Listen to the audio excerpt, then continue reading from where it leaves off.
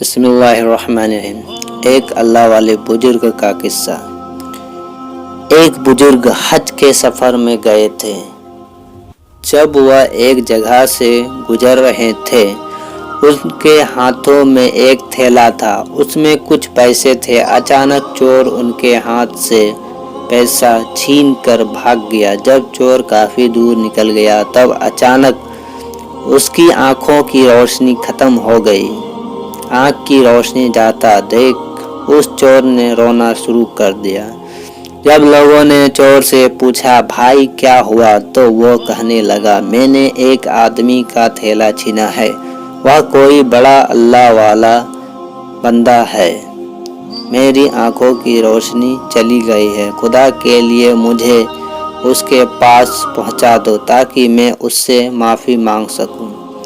جب لوگوں نے پوچھا کہ یہ قصہ کہاں پیش آیا، تو کہنے لگا، فلاں نائی کے دکان کے قریب پیش آیا۔ لوگ اس کو اس دکان پر لے گئے اور نائی سے پوچھا کہ اس طرح کا کوئی آدمی یہاں سے گزرا ہے، آپ اسے جانتے ہو؟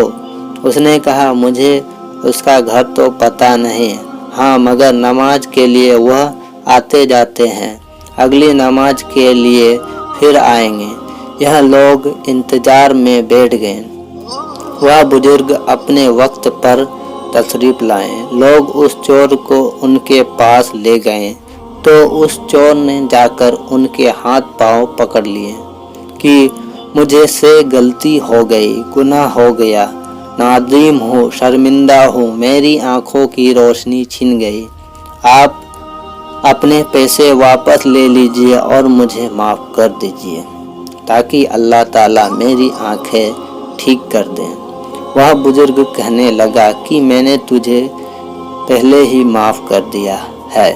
یہ سن کر چور کہنے لگا، حضرت میں تو آپ کا تھیلا چھین کر بھاگا اور آپ کہتے ہیں کہ معافی مانگنے سے پہلے ہی معاف فرما دیا۔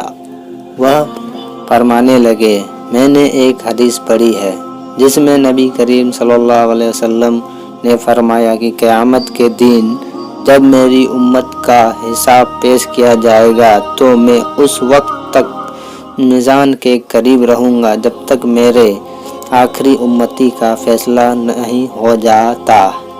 میرے دل میں یہ بات آ گئی کہ اگر میں نے اس چور کو معاف نہیں کیا تو قیامت کے دن یہ مقدمہ پیش ہوگا، اور جتنے دیر میرے مقدمے کا فیصلہ ہونے میں لگے گی، اللہ نبی کریم صلی اللہ علیہ وسلم کو اتنی دیر جنت سے باہر رہنا پڑے گا، اس لیے میں نے معاف کر دیا۔